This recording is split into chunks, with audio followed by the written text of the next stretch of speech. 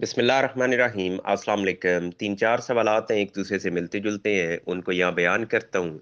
सबसे पहले एक इंतहाई मासूमाना सवाल एक भाई ने पूछा है। वो ये कहते हैं कि जनाब मेरा एक रकबा था जो मैंने फ़रोख्त कर दिया। उसकी रजिस्ट्री हो गई, लेकिन उसका इंतकाल दर्ज नहीं हुआ। कब्ज़ा भी उसी खरीदार के पास है। क्या मैं उस रकबे को दोबारा फ़रोख्त कर सकता हूँ? क्योंकि इंतकाल दर्ज नहीं हुआ तो इसलिए रिकॉर्ड में अभी भी वो मेरे नाम पे है। अब मैं इनकी मासूमियत पे हैरान।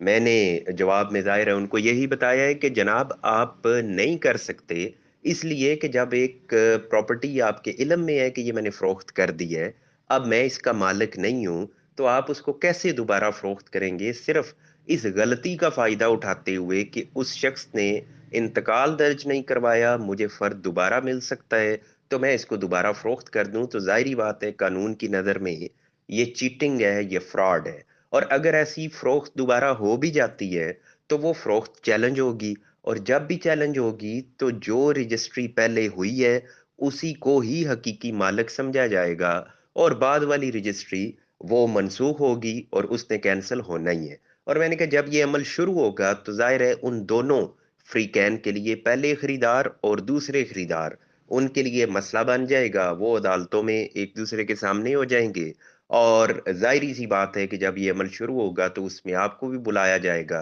और आपको वो दोनों ज़ाहिर है दुआओं में भी याद रखेंगे।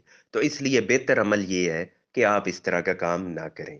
अब इनके सवाल में एक फिर मज़ीद सवाल था तो उसका भी मैं आंसर देता चलूँ कि जब इस तरह का अमल होता है कि एक प्रॉपर्टी एक बंदे की थी 1 कनाल, उसने वो सेल कर दी, अब वो मालिक नहीं रहा, लेकिन उसका नाम मौजूद रहता है। इंतकाल ना होने की वजह से तो वो दोबारा फ़रोख्त करता है, तो इस फ़रोख्त को ज़ायदज़ हिस्सा कहा जाता है। क्योंकि ये दूसरा क्वेश्चन था कि ज़ायदज़ हिस्सा क्या होता है? तो उससे ये मुराद होती है कि एक शख़्स की जितनी मलकियत थी, उसने मलकियत से ज़्यादा बेच दी। अब ये कानूनी तौर पे ना इजाज़त है और ना ही इस तरह की सिचुएशन क्रिएट होनी चाहिए। लेकिन ये गलती कह लें या नाअहली कह लें महकमा माल की, कि उनकी नाअहली की वजह से इस तरह का इश्यू बनता है कि वो किसी के नाम से जब ख़त्म नहीं करते प्रॉपर्टी, जो कि ख़त्म हो जानी चाहिए जब उसने सारी प्रॉपर्टी का फ़र्द ले ली है, ख़त्म नहीं करते तो उसके नाम पे स्टिल प्रॉपर्टी की ओनरशिप कायम रहती है, वो फिर एक्स्ट्रा बेच देता है।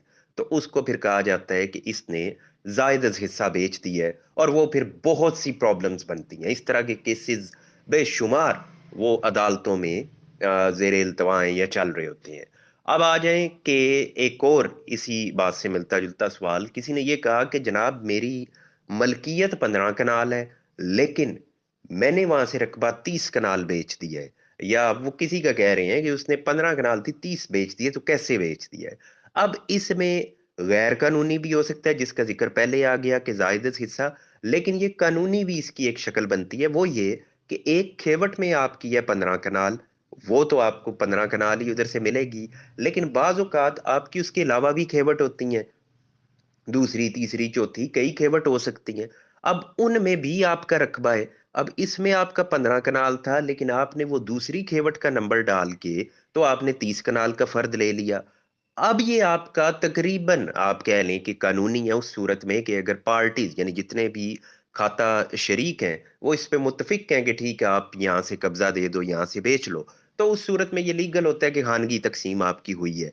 अब इसमें ये है कि दूसरी खेवट में फिर आपका रकबा ख़त्म हो जाएगा क्योंकि आपने एक खेवट में कब्ज़ा दे दिया। अब इस हद तक अगर बात है, तो फिर यस आप इसको कर सकते हैं, ये लीगल ही तसव्वुर होगा। लेकिन इसमें शर्त ये है कि दूसरे खेवट में आपका रकबा होना चाहिए। लेकिन अगर आपके नाम पे एक ही खेवट है और उसमें है ही 15 कनाल, आपको 30 का फ़र्क दिया जा रहा है, तो ये फिर एक सीधी-सीधी आप कह लें गलती है पटवारी की और अगर गलती नहीं है तो फ्रॉड है। इसके अलावा तीसरी कोई बात नहीं है। फिर एक भाई ने ये पूछा कि मैं एक खेवट के अंदर मालिक हूँ कुछ हिस्से का, तो क्या मैं सारी खेवट का जो रकबा है, उसके अगेंस्ट मैं कर्ज़ ले सकता हूँ? तो इसका तो सिंपल आंसर है कि आप तो कर्जा सिर्फ उसी ज़मीन के अगेंस्ट लेंगे जिसके आप मालिक हैं। अब अगर एक खेवट के अंदर या खसरे के अंदर आप मालिक हैं और आपका हिस्सा है उसमें 10वां यानी 10 कनाल है उसमें से 1 कनाल के आप मालिक हैं। तो आप तो 1 कनाल की ही मलकियत का फ़र्द लेंगे और उसी के अगेंस्ट ही आपको लोन मिलेगा। 10 कनाल के अगेंस्ट तो आप लोन नहीं ले सकते, क्योंकि बाकी 9 कनाल के तो मालिकान कोई और है। ये ऐसा तो खैर सवाल नहीं था, ये एक बड़ा एक प्रूडेंट माइंड कॉमन सेंस की बात है कि आपको तो उतना ही कर्ज मिलना है या उतनी प्रॉपर्टी के अगेंस्ट जितनी आपकी मलकियत है, लेकिन क्योंकि सवाल एक आया तो इसकी मैंने वजाहत कर दी।